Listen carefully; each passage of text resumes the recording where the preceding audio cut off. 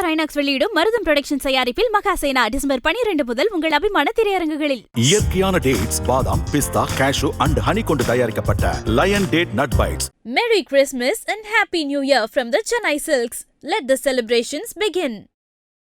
IBC Tamil நேயர்களுக்கு வணக்கம். இன்றைய நேர்காணலில் நம்மோடு காங்கிரஸ் கட்சியினுடைய மூத்த தலைவர் திரு திருநாவுக்கரசர் இருந்திருக்கார். சார் வணக்கம். வணக்கம்.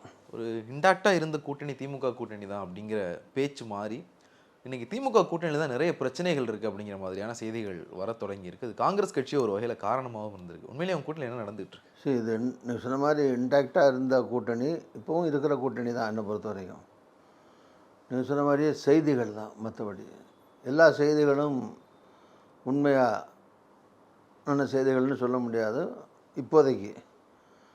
அதனால் இப்போதைக்கு இருக்கிற செய்திகள் உண்மையாக இல்லை. ஃபியூச்சரில் என்ன நடக்குன்னு எனக்கு தெரியாது. இதுக்கு போன வாரம் வரைக்கும் இது வந்த செய்திகள் அதிகாரப்பூர்வமற்ற செய்திகள். நம்ம உடச்சே பேசுவோம். பிரவீன் சக்கரவர்த்தி விஜயை பார்த்தார் அப்படிங்கிற செய்தி எங்களுக்கு போன வாரம் முதல்ல வரல. அது கடந்த 2-3 வாரமாக இந்த செய்திகள் வந்துக்கிட்டு இருந்தது. அப்போவெல்லாம் அதிகாரப்பூர்வமற்ற முறையில் எங்களுக்கு சோர்ஸாக வந்துக்கிட்டு இருந்த செய்தி, கடந்த வாரம் அவர் சந்தித்தது அவரே சில செய்தியாளர்களுக்கு தொலைபேசியில் தொடர்பு கொண்டு நான் விஜயை பார்க்க வந்திருக்கேன், இப்போ ஒரு வீட்டில் தான் இருக்கேன் அப்படின்றத சொல்கிறார். அதுக்கு முன்னாடியெல்லாம் பிரவீன் சக்கரவர்த்தி விஜயை பார்த்ததான் எங்களுக்கு செய்தி வந்தது. போன வாரம் தான் அவர் பார்த்தேன்னு அவரே சொன்ன செய்தி வந்தது. இதுக்கு பிறகு இது நம்ம அதுவே நெருப்பு இல்லாமல் புகையாது அப்படிங்கிறதெல்லாம் இப்போ நாங்கள் தீய கண்ணால் பார்த்துட்டோமே. பிரவீன் சக்கரவர்த்தி கொஞ்சம் முக்கியமான ஆள் தானே. பிரவீன் சக்கரவர்த்தி விஜயை பார்த்தாருன்னு நான் சொல்லலை, அவர் பார்க்கவே இல்லைன்னு நான் சொல்லலை. நான் சொன்னது எனக்கு தெரியாதுன்னு சொன்னேன். நீங்கள் எங்களுக்கு தெரியும் பேசினாருங்கிறீங்க. பட் அவர் அதிகாரப்பூர்வமாக பேசின எல்லாமே பேசினா டேப் பண்ணிடுறாங்க. தொலைபேசியில் பேசினா கூட நாங்கள் இருக்கேன்னு சொல்லியிருந்தாருன்னா அதையே கூட டேப் பண்ணிலாம் போடுறாங்க. அல்லது அந்த போகிற போது இந்த காரு உள்ளே உட்காந்துருக்கிறது, இறங்குறது, உள்ளே பேசுகிறது, இது மாதிரி எந்த விதமான ஒரு ஆதாரபூர்வமான ஒன்றும் வாய்ஸ்லேயோ அல்லது விஷுவலாவோ ஃபோட்டோவோ தொலைக்காட்சிகள்லையோ யூடியூப்லேயோ எதுலேயுமே நான் பார்க்கல, இது வரைக்கும் வரல. பட்டு நானும் பார்த்தேன் ஹிந்து பேப்பரில் நான் பார்க்கும்போது ஹிந்துவில் ஒரு பத்திரிக்கை, முக்கியமான பத்திரிக்கை, அது போய் சொல்ல மாட்டாங்க, போய் சொல்ல வேண்டிய அவசியம் இல்லை. அவரை கேட்டோம், அவர் ஆமாம் பார்த்தேன்னு சொன்னார். அதுக்கு மேலே ஒன்றும் சொல்ல விரும்பலைங்கிற செய்தி அதில் கூட வந்திருக்கு. ஸோ நீங்கள் சொல்கிற மாதிரி நீங்கள் சொல்கிறீங்க, நான் நம்புகிறேன். இது மாதிரி அவர் சொல்லியிருக்கலாம். அவர் பார்த்தது உண்மைன்னு எடுத்துட்டா கூட அவர் பார்த்தது எனக்கு தெரியாது. என்னை பொறுத்த வரைக்கும் இதே கேள்வியே மாநில ஒரு கட்சிக்கு தலைவர் தான். காங்கிரஸ் எந்த கட்சி இருந்தாலும் அந்த கட்சியினுடைய தலைவர் தான் மெயின். கட்சியை பொறுத்த வரைக்கும் அதான் நம்பர் 1 முக்கியஸ்தர் தான் அந்த கட்சியில். ஆல் இண்டியா தவிர, ஆல் இண்டியா பார்ட்டிக்கு ஆல் இண்டியா தலைமைகள் போக, வர இன்சார்ஜஸ் போக, அவரே சொல்லப்படுறதை மாநில தலைவர். மாநில தலைவரை கேட்கும்போது நானும் அந்த நிகழ்ச்சி அம்பேத்கர் நிகழ்ச்சியில் இருந்தோம். இப்போ எனக்கு தெரியாது, அதிகாரப்பூர்வமான கமிட்டி தெரியும், நாங்கள் போய் பார்த்தோம், அதுதான் எனக்கு தெரியுமே தவிர இப்போ சக்கரவர்த்தி போய் பார்த்தா எங்களுக்கு தெரியாதுன்னு சொல்லிட்டார். ஒரு மாநில தலைவரே எனக்கு தெரியாதுன்னு சொல்கிற போது நான் இப்போதைக்கு அந்த கட்சியில் வெறும் 5 ரூபா மெம்பர் தான். என்ன இப்போ 5 ரூபா மெம்பராக இருக்கிற எனக்கு தெரியாது. தெரிஞ்ச 5 ரூபா மெம்பருக்கு தெரிஞ்சுனா கூட தெரிஞ்சுன்னு சொல்லலாம், தெரியாத நான் எப்படி தெரிஞ்சு சொல்ல முடியும்? அதில் என்னை பொறுத்த வரைக்கும் அதில் எனக்கு தெரியாது, எனக்கு தகவல் கிடையாது, அவ்வளோதான். அதை பற்றி நான் சொல்ல முடியும். காங்கிரஸ் கட்சிக்குன்னு ஒரு பெரிய வரலாறு இருக்குது. இந்த மாதிரியான ஒரு சம்பவத்துக்கு ஒரு முன்னுதாரணமும் இருக்குது. 1980 தனக்கு தெரியாமல் திமுக கூட இந்திரா காந்தி கூட்டணி பேசுனாங்கன்றதுனால தான் அன்றைக்கி தமிழ்நாடு காங்கிரஸ் கமிட்டி தலைவராக இருந்த பழநெடுமாறன் அந்த பதவியை ராஜினாமா பண்ணார். எங்களுக்கு அந்த வரலாறுலாம் கண்ணு முன்னாடி வந்துட்டு போகுது. ஒருவேளை தமிழ்நாடு காங்கிரஸ் கமிட்டிக்கே தெரியாமல் ஒரு முயற்சி எடுக்கப்படுதோ அப்படிங்கிற ஒரு சந்தேகம் எங்களுக்கு வர்ற மாதிரி திமுக காரங்களுக்கு வரதானே செய்யும். ஏன்னா நீங்கள் அவங்க கூட தான் அப்போ கூட்டணியே வச்சிங்க தமிழ்நாடு மாநில கமிட்டிக்கு தெரியாது. எலெக்ஷன் ஒன்றும் வருஷ கணக்கில் இல்லை, டிசம்பர், அதுவும் டிசம்பர் பாதியாக போகுது. இப்போ அப்போ கிறிஸ்மஸ்ஸு, அப்புறம் பொங்கல், ஜனவரி போயிடும். அதே மாதிரி ஜனவரி கடைசி பிப்ரவரியில் கோட் ஆஃப் கான்டாக்ட் வந்துடும். பிப்ரவரி கடைசியிலையோ மார்ச்லேயோ அறிவிப்பே வந்துடும். எலெக்ஷனே மார்ச் லாஸ்ட் வீக்லேருந்து நாமினேஷன் ஆரம்பித்து மே ஃபஸ்ட் வீக்குள்ளே முடிஞ்சிடும். கவுண்டிங் வேணால் 4-5 ஸ்டேட்டில் நடக்கிறதுனால 10 நாள் 15 நாள் போனதே 1 மாதம் போச்சு. Every thing will be over இந்த ஃபஸ்ட் வீக் ஆஃப் மே. அதுக்குள்ளே கவர்மெண்ட்டுகளே வந்துடும் மாநிலங்களில். இப்படி ஒரு 100 நாள் கூட இல்லாத ஒரு சூழ்நிலையில் இந்த மாதிரி விஷயங்களை யாரும் ரொம்ப நாள் மறைக்க முடியாது. கிராமத்தில் ஒரு பழமொழி உண்டு, கத்திரிக்காய் முத்துனா கடைக்கு வந்தானே ஆகணும். அது மாதிரி இது எவ்வளோ நாள் மறைச்சி வச்சுட்டு பண்ண முடியாதுல்ல. சார் அவர் போய் பார்த்துருக்காரு அப்படின்னு சொல்கிறீங்க, நான் நம்புகிறேன். என்ன வச்சுங்க, ஸோ அது பார்த்த பிறகு அவர் வாயால் நான் பார்த்தேன், அரசியல் பேசினேன், கூட்டணி பேசலாம் சொல்லலை. எங்கள் ஆட்கள் இந்த சைடில் வந்து அதிகாரபூர்வமாக பார்த்த 5 நபர் குழுவில் இப்போ நான் இல்லை, அதில் போய் பார்த்தாங்க. பார்க்கும்போது எங்கள்கிட்ட அபிப்பிராயம் கேட்டாங்க. பார்த்துட்டு வந்த பிறகு அவங்க என்ன பார்த்தாங்க, என்ன பேசுனாங்கன்னு சொல்லலை. எங்களுக்கு வெளியே கிடைக்கிற செய்திகள், அது பத்திரிகையில் போயிட்டு வந்த பிறகு மாநில தலைவர் சொன்ன செய்தி என்னென்னா, அல்லது என்ன இருக்க முடியும்னா, காங்கிரஸில் கமிட்டி முன்கூட்டியே போட்டிருந்தா கூட திமுகவில் பேச்சுவார்த்தை குழுவே இன்னும் போடலை. ஸோ காங்கிரஸில் கொஞ்சம் சீக்கிரமே போட்டதாக தான் நான் கூட ஃபீல் பண்ணுறேன். அட்வான்ஸாக போட்டாங்க குழு அட்வான்ஸாக போட்டாங்க. மரியாதை நிமித்தமாக அந்த கட்சி தலைவரை ஸ்டாலின் அவர்களை போய் பார்க்கலாம். ஆனால் பேச்சுவார்த்தைக்கு அவங்க குழு போடுறதுக்கு முந்தி ஒரு கட்சியினுடைய தலைவர், அதுவும் முதலமைச்சராக இருக்கிற ஸ்டாலின் அவர்கள் இவங்கள வச்சுக்கிட்டு கொண்டு போகிற லிஸ்ட்டை வாங்கி அந்த லிஸ்ட்டெல்லாம் பார்த்து இந்தந்த தொகுதி உங்களுக்கு, இந்த தொகுதி எங்களுக்கு, இல்லை இத்தனை எண்ணிக்கை, அவர் இத்தனை எண்ணிக்கை மற்ற கட்சிகள் கொடுக்குறோம் போகிற இந்த பேச்சுவார்த்தையெல்லாம் பேச முடியாது. அவர் இல்லை, யார் இருந்தாலும் பேச மாட்டாங்க. இப்போ என்ன சொல்லுவாங்க, குழு போட்ட உடனே வாங்கன்னு தான் சொல்லுவாங்க. இப்போ நாங்கள் இன்னும் குழு போடலை, குழு போட்ட உடனே வாங்க 2 குழு பேசிக்கலான்னு சொல்லியிருக்காரு. அப்படி தான் பரஸ்பரமாக இருக்க முடியும். இப்போ நான் சொன்னேன், அடுத்தடுத்த கட்டங்களில் பேச்சுவார்த்தை நடக்கிற போது தான் அந்த எண்ணிக்கை என்ன, அது தொகுதிகள் என்ன, அது எது உடன்பாடு வந்து சரியாவதா வரலையா, இது வந்து முடிவாகும். அதுக்கு பிறகு வந்து நீங்கள் சொல்கிற மாதிரி அதில் என்ன நடவடிக்கை, ஃபைனல் என்ன.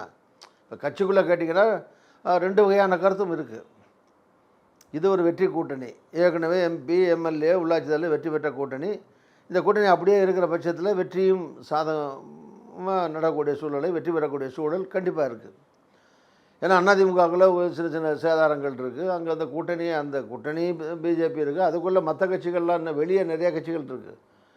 PMK 2ஆக உடஞ்சிருக்கு, யார் எங்கே போகிறாங்கன்னு தெரியாது, விஜயகாந்த் எங்கே போகிறாங்கன்னு தெரியாது. சின்ன சின்ன கட்சிகள்லாம் இன்னும் இதுவும் இப்போ எங்கேயும் போய் சீல் ஆகலை, முடியலை. ஆக இப்படி இருக்கிற சூழ்நிலையில் இப்போ விஜய் வேறு கட்சி ஆரம்பித்து அவருக்கு அந்த கட்சிகளும் போய் வேறு கூட்டணி கட்சிகள் எதுவும் போய் சேரலை. இப்படி இருக்கிற நிலையில் எங்கள் கூட்டணி தானே பலமான கூட்டணி. அதனால் எங்கள் கூட்டணி வெற்றி பெறதுக்கான வாய்ப்பு இருக்குது. ஸோ இதில் வந்து இன்னும் அடுத்தடுத்த கட்டங்களில் தான் யார் என்னங்கிறது எவ்வளோ நிற்கிறாங்கலாம் தெரியும். அது கட்சிக்குள்ளே 2 விதமான கருத்து இருக்குன்னு ஆரம்பித்து ஒன்று சொல்லிட்டீங்க. அந்த 2வது கருத்து என்ன? இன்னொரு கருத்துன்னு கேட்டிங்கன்னா, இன்னொரு கருத்து, நாங்கள் 5 வருஷம் கூட்டணியில் இருந்தோம், கூட வாங்குறது ஒன்று. இதுக்குள்ளேயே கூட இன்னும் எங்களுக்கு சில குறைபாடுகள் இருக்குது. எங்களை மதிக்கலை, எங்களுக்கு ட்ரெஸ்ஸி போடலை, இப்படி கேட்குறவங்களும் இருக்காங்க. சுயமரியாதை கட்சி திமுக.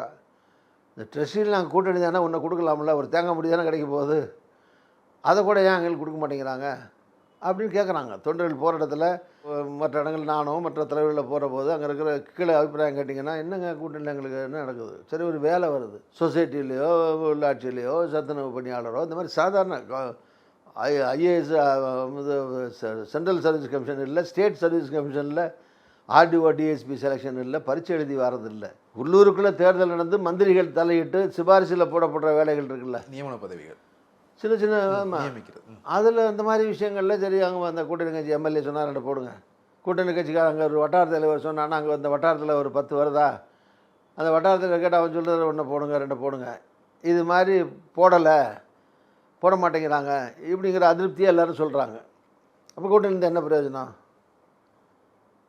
தேர்தலில் கூட்டணி போடணும், இன்னும் சேர்ந்து ஜெயிக்கணும், அதுக்கு பிறகு ஒரு கட்சி தான் வந்து அனுபவிக்கணும், இன்னொரு கட்சிக்கு வெளியே சும்மா கிடக்கணும்னா அது நியாயம் இல்லையேன்னு பேசுகிற ஆட்கள் இருக்குது. அதெல்லாம் வேண்டாங்க கூட்டணி.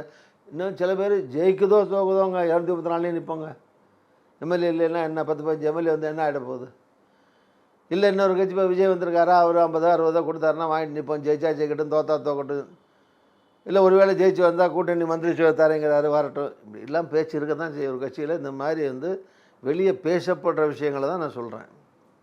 இது எல்லாம் வந்து இப்போ நான் சொன்னது பல்வேறு தொலைக்காட்சிகளில், ஊடகங்களில், யூடியூப்பில் விவாதங்களாக, டிஸ்கஷனாக இந்த 2 கருத்துக்களும் போயிட்டு தான் இருக்குது. இதில் எந்த கருத்துங்கிறது இப்போ இருக்கிறது எங்கனே கூட்டணி இருக்குது, இது இன்னொரு கட்சிங்கிறது புதுசாக ஆரம்பித்து கூட்டணியில் இல்லாமல் இருக்கிற கட்சி இங்கே போகிறதா அங்கே போகிறதான்னு யோசிக்கலாம் ஃபஸ்ட்டு. இது ஏற்கனவே இருக்கிற கூட்டணியை விட்டு வெளியே வரணுங்கிறது அது ஒரு மேஜர் முடிவு. அதுக்கான காரண காரியங்கள் இருக்கணும். இப்போ நான் சொன்ன மாதிரி இந்த காரண காரியங்கள்லாம் வந்து கூட்டணியை முடிச்சுக்கிட்டு போகிறதுக்கு பேசுகிறதுக்கு இது தகுந்த காலம் இல்லை. 5 வருஷம் இருந்தாச்சுல ஆட்சி, 5 வருஷம் இருந்துச்சு இல்லையா, உனக்கு ஒன்றும் நடக்கலை, 1 வருஷம் ஒன்றும் நடக்கலை, 2 வருஷம் ஒன்றும் நடக்கலை, இல்லை கூட்டணிலேருந்து வெளியே போகிறேன்னு போயிருக்க வேண்டியானே. எங்களுக்கு மரியாதையே இல்லைங்க. மரியாதையை பற்றி தேர்தல் 100 நாளாக வச்சுக்கிட்டு பேசுகிறதுக்கு 325 325 போச்சு 5 வருஷம். அதில் வந்து எங்களுக்கு மரியாதை இல்லாத கூட்டத்தில் நாங்கள் எதுக்கு இருக்கணும் போகிறோன்னு போயிருக்க வேண்டியதானே. இருந்தோம்ல. இப்போ தேர்தல் நேரம் பேசுகிற நேரத்தில் நான் மதிக்கலை எங்களை நீங்கன்னு, இப்போ அதை வச்சு மதிக்கலையா, அதிகாரி போடலையா, எம்எல்ஏ எம்பிகிட்ட சொல்லியிருக்கலாம், எம்எல்ஏ எம்பியும் கேட்கலையா, அந்த மாவட்ட மந்திரிகிட்ட சொல்லியிருக்கலாம், அந்த மந்திரியும் செய்ய மாட்டேன்ட்டாரா, முதலமைச்சர் கவனத்துக்கு கொண்டு போயிருக்கலாம். உங்கள் கட்சியில் எந்த கட்சி எல்லா கட்சியிலையும் குறை சொல்கிறாங்க. இப்போ காங்கிரஸ் மட்டும் இல்லை, கூட்டம் இருக்கிற கட்சிகளும் எங்களுக்கு மரியாதை இல்லைன்னு சொல்கிற கட்சிகள்லாம் இருக்காங்க, சொல்லிட்டு தான் இருக்காங்க.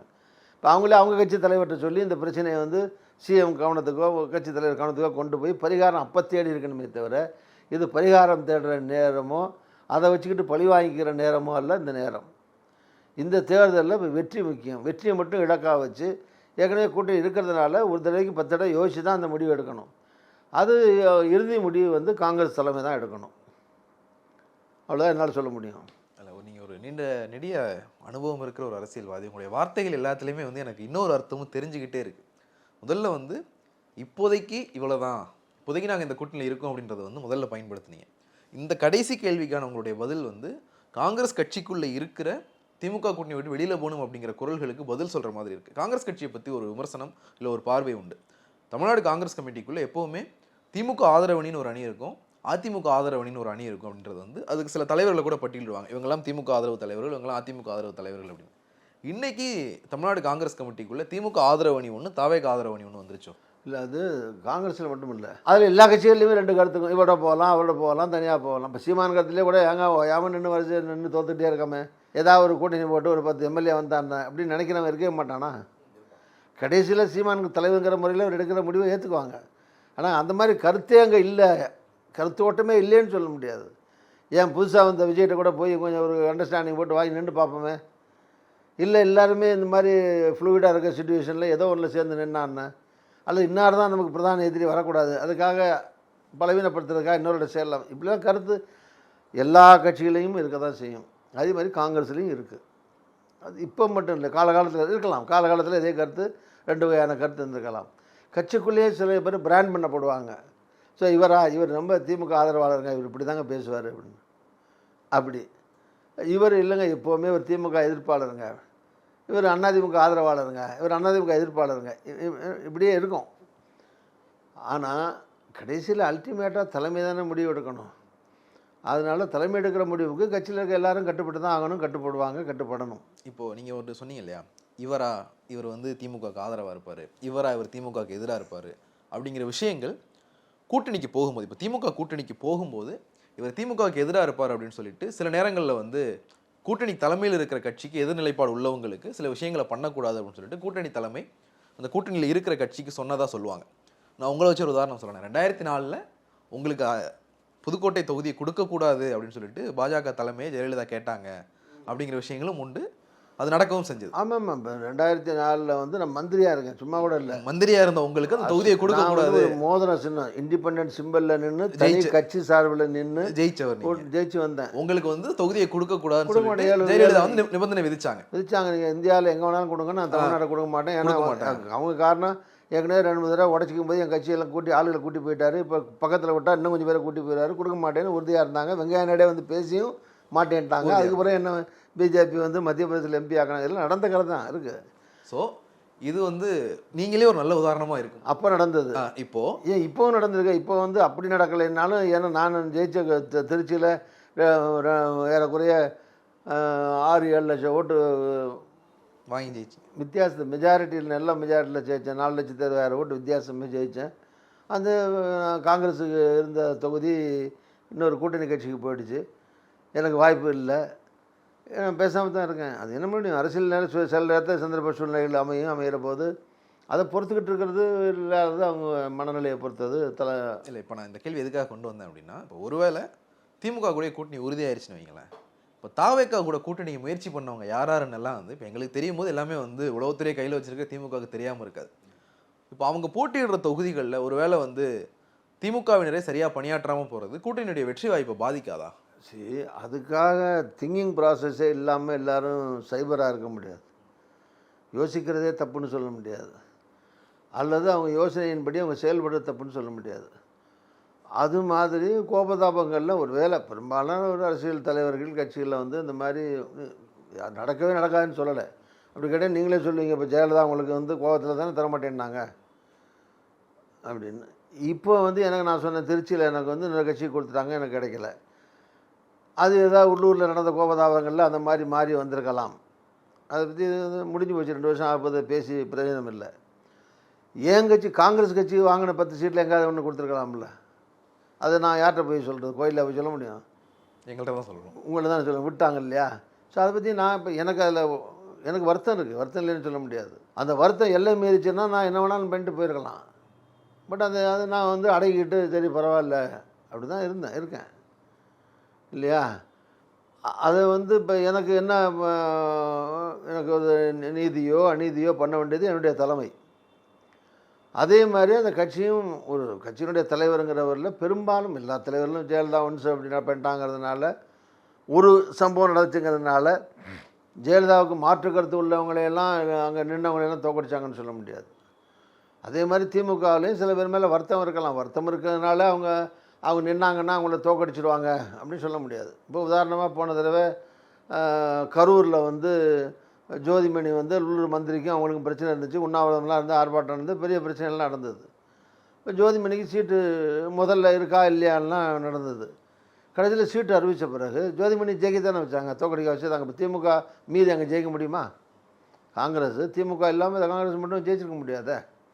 இப்போ ஜோதிமணி அந்த கருத்து வேறுபாட்டை மறந்து வேலை பார்த்து ஜெயிக்க தானே வச்சாங்க. அதனால் இப்போ காங்கிரஸ் வரும்போது 1-2 இடங்களில் இந்த மாதிரி மனசாமல் இருந்தாலும் அதை பெருசுபடுத்தி தோக்கடிக்க மாட்டாங்கன்னு நான் நம்புகிறேன். அப்படி சரி சில பேருக்கு உங்களுக்கு கொடுக்காதீங்க அப்படின்னு அந்த கூட்டணி கட்சியில் பெரிய கட்சி தலையிடுற போது, அப்போ தலையிட்டு நியாயம் வழங்க வேண்டியது இது கட்சிக்காக தானே பேசினார். 2 கருத்து இருக்கலாம். உங்களோட ஒருத்தர் சொல்லியிருக்கலாம், கட்சியோட இல்லைங்க எனக்கு கட்சி அவருடைய பார்வையில் இப்படி போனால் தான் கட்சி வளர்ச்சிக்கு நல்லதுன்னு ஒரு கருத்தை சொன்ன ஒருத்தர் பாதிக்கப்படுற போது அந்த பாதிப்புலேருந்து காப்பாற்ற வேண்டியது கட்சியினுடைய தலைமை.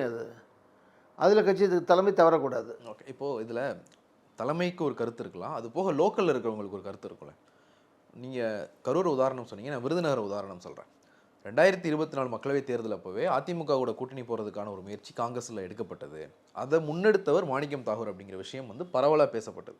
2024 தேர்தல் கவுண்டிங்கில் கடைசி வரைக்கும் இழுபறியாக இருந்தது விருதுநகர் தொகுதி. அதுக்கான காரணமாக இதை தான் சொன்னாங்க. லோக்கலில் திமுக காரங்க இதை வந்து ஒரு காரணமாக எடுத்துக்கிட்டே பெரிய அளவில் ஒரு ஒத்துழைப்பு கொடுக்கல அப்படிங்கிற விஷயமும் பேசப்பட்டது. இல்லை, அது தவறு. எனக்கு தெரிஞ்ச வரைக்கும் அது தவறான கருத்து. எப்படின்னா, அங்கே நின்ன வேட்பாளர் விஜயகாந்த் சன் அங்கே போட்டி போட்டார். ஸோ அவருக்கு விஜயகாந்துக்கு இருந்த சிம்பதியினுடைய அடிப்படையில் அவர் எல்லாரும் அவ்வளோ ஓட்டு வாங்கலை. ஸோ விஜயகாந்த் ஒரு நல்ல மனுஷன், ஒரு சினிமாவில் எம்ஜிஆர் ரஜினிகாந்த் எம்ஜிஆருங்கிற மாதிரி விஜயகாந்த்னா ஒரு நல்ல மனுஷன், ஒரு பேர். அவருடைய பையன் நிற்கிறாரு கூட்டணி. அந்த கூட்டணியுடைய அடிப்படை ப்ளஸ் கம்யூனிட்டி பல்வேறு விஷயங்கள் இருக்குது. அப்போ ஒவ்வொரு விஷயங்களில் திமுகவில் நிற்கிற ஆள், பிஜேபி கூட்டணியில் நிற்கிற வேட்பாளர், இங்கே இருக்கிற வேட்பாளர், இந்த மாதிரி மாணிக் தாக்கூர் குறைவான ஓட்டில் தான் ஜெயிச்சாருங்கிறது உண்மை தான். ஆனால் அந்த ஜெயித்ததே திமுக ஏற்று வேலை வந்தால் ஜெயிச்சிருக்க முடியாது. அவர் வாங்கின ஓட்டே அது ஒன்று காங்கிரஸ் ஓட்டு மட்டும் இல்லையே. திமுகவில் உண்மையிலே அவர் மேலே கோபம் இருந்து இவரை தோக்கடிக்கணும் அப்படின்னு நினச்சிருந்தா அந்த 3000-4000 ஜெயித்தது அதுக்கே வாய்ப்பு இல்லையே. திமுக தோக்கடிச்சிருப்பாங்களே. ஆக திமுக வேலை 2 மந்திரி இருக்காங்க, எனக்கு 2 பேரும் எனக்கு நல்லா தெரியும். தென்னரசோ கேகேஎஸ்ஆரோ இல்லாமல் அவங்க எதிர்த்து வேலை பார்த்துருந்தாங்கன்னா இந்த ஓட்டு கூட மாணிக்க தாக்கூர் எப்படி வாங்கியிருப்பார்? இந்த வெற்றியை எங்கே நடந்திருக்காத. ஸோ அவங்க 2 பேரும் உயிரை கொடுத்தா வேலை பார்த்தாங்கிறது எனக்கு தெரியும். ஸோ அதனால் அந்த மாதிரி சொல்ல முடியாது. நான் அந்த கேள்வி ரீப்ளேஸ் பண்ணுறேன். தமிழ்நாட்டில் பல சட்டப்பேரவை தொகுதிகளில் நீண்ட காலமாக திமுக போட்டியிடாத சூழல் இருக்குது. உதாரணத்துக்கு சிவகங்கை மாவட்டத்தில் காரைக்குடி தொகுதி எடுத்துக்கிட்டோம்னா 91க்கு பிறகு திமுக அங்கே போட்டியிடல. 96, 2001 எல்லாமே கூட்டணி தான் போட்டியிடுது. இடையில ஒரே ஒரு முறை பாஜக போட்டியிட்டது, மற்ற எல்லாத்துலேயும் தமாக காங்கிரஸ்னு சொல்லிட்டு காங்கிரஸ் தான் போட்டிட்டு. ஸ்ரீபெரும்புதூர் தொகுதி எடுத்துக்கிட்டால் எனக்கு விவரம் தெரிஞ்சு நான் அரசியலை பார்க்க ஆரம்பிச்சதுலேருந்து 2006 இப்போ வரைக்கும் காங்கிரஸ் கட்சி தான் போட்டிட்டு இருக்கு. இதே மாதிரி பல தொகுதிகள் உண்டு தமிழ்நாட்டில். இப்போ இந்த தொகுதிகளில் எல்லாம் வந்து அறந்தாங்கி தொகுதி எடுத்துக்கிட்டோம் அப்படின்னா 2006 திமுக சிட்டிங் தொகுதி, 2011 உங்களுக்கு கொடுத்தாங்க. அதுக்கப்புறம் தொடர்ச்சியாக காங்கிரஸ் தான் போட்டிடுது. ஸோ இப்படியான திமுக நேரத்தில் போட்டி நான் இருக்கும்போது திமுக நிற்கிற போது தான் நான் ஜெயித்தேன். ஆமாம், அதுக்கு பிறகுமே இப்போ வந்து திமுக அதிமுக மாற்றி நின்றுருக்காங்க. இல்லை தான் இப்போது திமுக வந்து அங்கே கூட்டணியில் போட்டியிட முடியாத ஒரு சூழல் இருக்குது. இப்படியான இடத்துல எல்லாம் தொண்டர்கள் வந்து நம்ம இங்கே போட்டியிட முடியாததுக்கு காங்கிரஸ் தான் காரணம், நம்ம பொட்டன்ஷியலாக இருந்தும் காங்கிரஸுக்கு நம்ம சீட்டு கொடுத்தோம், ஆனால் இவங்க வேற கூட்டணிக்கு போகணும்னு நினைச்சவங்க தானே அப்படிங்கிற ஒரு எண்ணம் திமுக தொண்டர்களுக்கு வந்துட்டா இந்த ஒரு திமுக கூட்டணிக்கான பலமாக இன்றைக்கும் சொல்லும்போது திமுக கூட்டணியோட பலங்க நாங்கள் எழுதும்போது முதல் பாண்டியை தான் எழுதும், இன்டாக்டாக ரொம்ப நாளாக இந்த கூட்டணி இருக்குது அப்படின்னு. அந்த இன்டாக்ட்னஸில் அடி வாங்கிறாதா இது? நான் சொல்கிறது ஒரு கூட்டணின்னு வர்றபோது கிவ் அண்ட் டேக் தான். சில தொகுதிகளில் இப்போ நீங்கள் சில குறிப்பிட்ட தொகுதிகள் சொன்னீங்க, அது ஸ்பெசிஃபிக்காக சில காங்கிரஸுமே அங்கே கொஞ்சம் பலமாக இருக்கும், சில தொகுதிகளில் ஒரு வாக்கு வங்கி இருக்கும். ஸோ அது காங்கிரஸ் போட்டால் தான் அங்கே அது நல்லாயிருக்கும், இல்லைன்னா அது அங்கே வேறு கட்சிக்கு வாய்ப்பாக போயிடும் அப்படிங்கிற கணக்கில் சில பேர் அங்கே தொகுதிகள் திருப்பி கொடுத்துருக்கலாம். அப்படி பார்த்தீங்கன்னா சில தொகுதி காங்கிரஸ் வெற்றி பெறக்கூடிய சில தொகுதிகள் இருக்குது, அதில் திமுகவே தொடர்ச்சியாக கூட வந்திருக்கலாம். இது அதில் வந்து சில தொகுதிகளில் இந்த மாதிரி விட்டு கொடுத்து மாற்றிக்கிறது இருக்கக்கூடிய சூழ்நிலைகள் வந்து இருக்குதான், இல்லைன்னு சொல்லலாம். ஸோ அங்கே அந்த தொகுதிகளில் மட்டும் இல்லை, மொத்தமாகவே தமிழ்நாடு முழுதுமே இந்த மாதிரி ஒரு நெருடல் வரும்போது ஏன் இந்த குறிப்பிட்ட தொகுதியை மட்டும் சொல்கிறீங்க?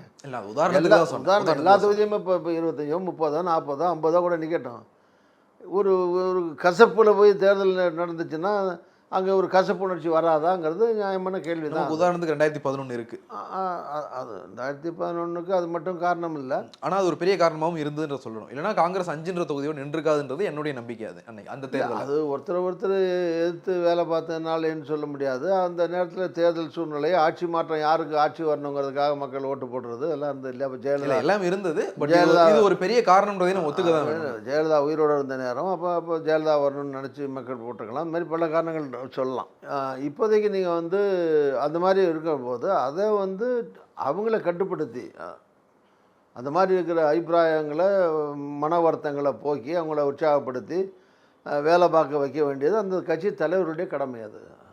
அதான் சொல்ல முடியும். அவங்க வந்து இஷ்டம் போல் விட்டுற முடியாது. சரி, கோபமாக இருக்குது, கீழே இருக்க ஒரு ஒன்றிய செயலாளர் சரியில்லை, இல்லை ஒரு கிளை செயலாளர் சரியில்லை, அல்ல கீழே இருக்கிற வந்து ஒரு ஏரியாவில் வந்து திமுககாரங்க எதிராக வேலை பார்க்குறாங்க, இல்லை வேலை பார்க்காமலே இருக்காங்க அப்படிங்கிற தகவல்களை அங்கே இருக்கிற அதுக்கு அடுத்தடுத்த கட்டத்தில் இருக்கிறவங்க தலைமையை கொண்டு போகிறது, அவங்க மேலும் பெரிய நடவடிக்கைகள் எடுத்தோ அல்லது வேலை பார்க்க அவங்கள வற்புறுத்தி வேலை பார்க்க வச்சோ அந்த மாதிரி பண்ண வேண்டியது திமுக மட்டும் இல்லை, எல்லா கட்சியும். இப்போ காங்கிரஸில் சீட்டு கேட்டால் எனக்கு கிடைக்கல, திமுக கொடுத்துட்டாங்களே அல்லது கம்யூனிஸ்ட் கொடுத்துட்டாங்களே 2 பேரும் வருத்தமாக படுத்திருந்தால் அவனை வேலை பார்க்க வைக்க வேண்டியது, அவங்கள பண்ண வேண்டியது காங்கிரஸ் தலைவருடைய கடமை. ஸோ இந்த மாதிரி அது. ஆனால் இது பலவீனப்படுத்துன்றது நீங்கள் ஒத்துக்கிறீங்க தானே? கருத்து வேறுபாடுகளை தேர்தல் நேரத்தில் வந்து நீட்டிகிட்டே போகக்கூடாது, அது ஒத்துக்கிறேன் நான்.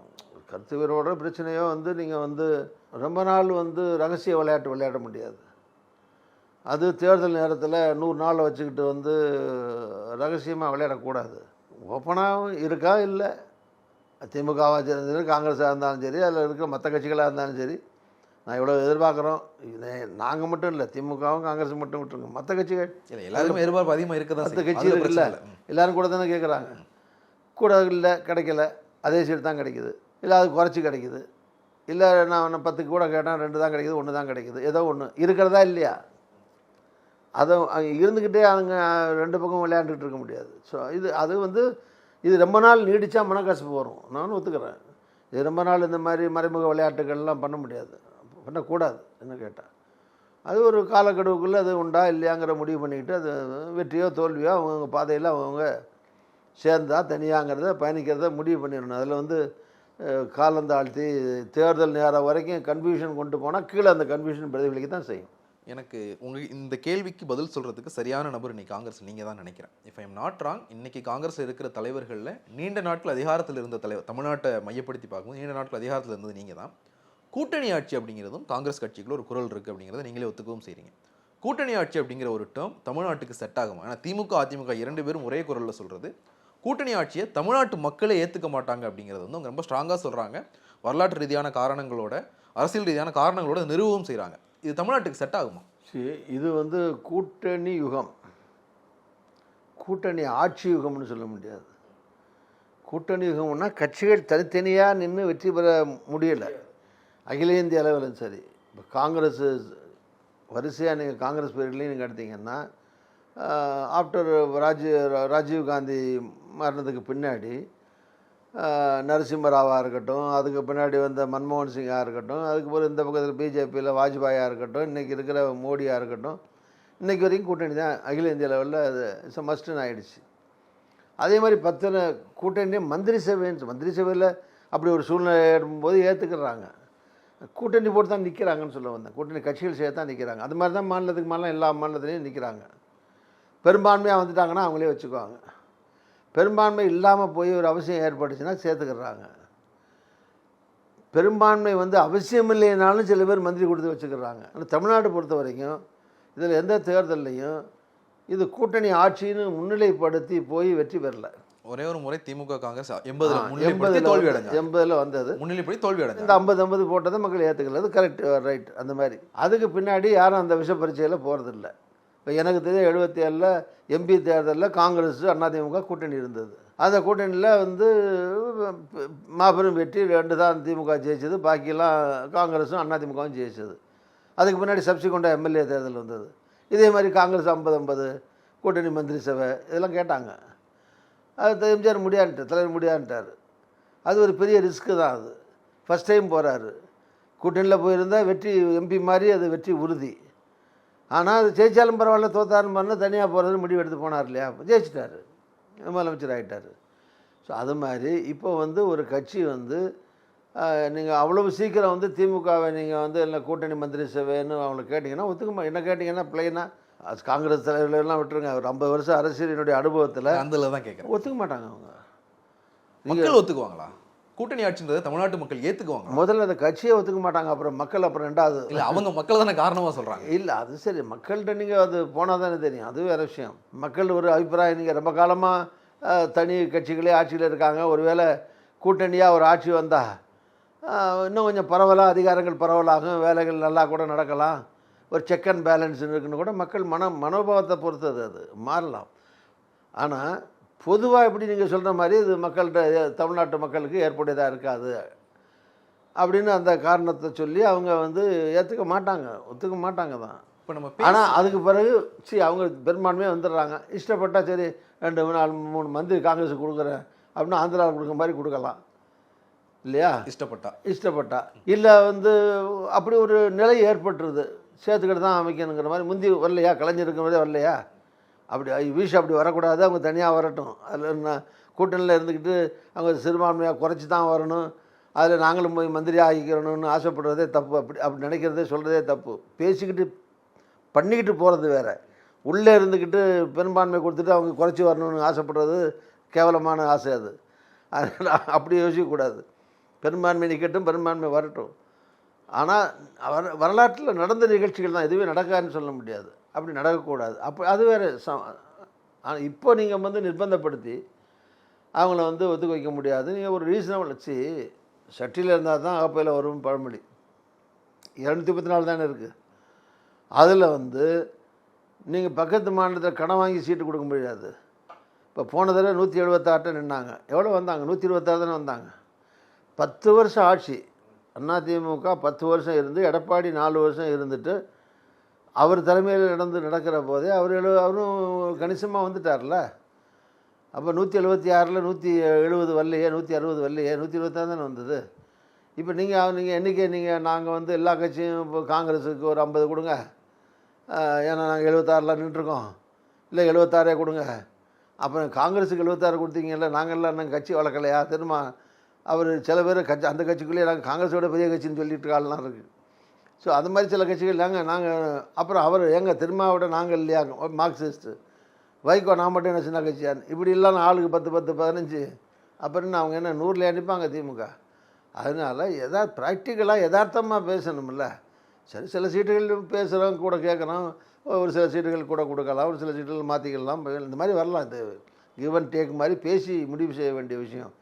அது ஒரு சீட்டை ஒரு நம்பரை சொல்லி இந்த நம்பர் தந்தே ஆகணும், இத்தனை மந்திரி கொடுத்தே ஆகணும், இதெல்லாம் கூட்டணியில் பேசி பண்ண அந்த நேரத்தில் பண்ணால் அது நெருடல் பிரச்சனைகள் தான் வரும். இணையம் கருத்து போயிருக்கு. மிக்க நன்றி. நன்றி, வணக்கம். மற்றும் நிகழ்ச்சி சந்திக்கலாம். நன்றி, வணக்கம். PVR INOX வெளியிடும் மருதம் புரொடக்ஷன் தயாரிப்பில் மகாசேனா டிசம்பர் 12 முதல் உங்கள் அபிமான திரையரங்குகளில். இயற்கையான டேட்ஸ், பாதாம், பிஸ்தா, கேஷு அண்ட் ஹனி கொண்டு தயாரிக்கப்பட்ட lion date nut bites. Merry Christmas and Happy New Year from the Chennai Silks. Let the celebrations begin.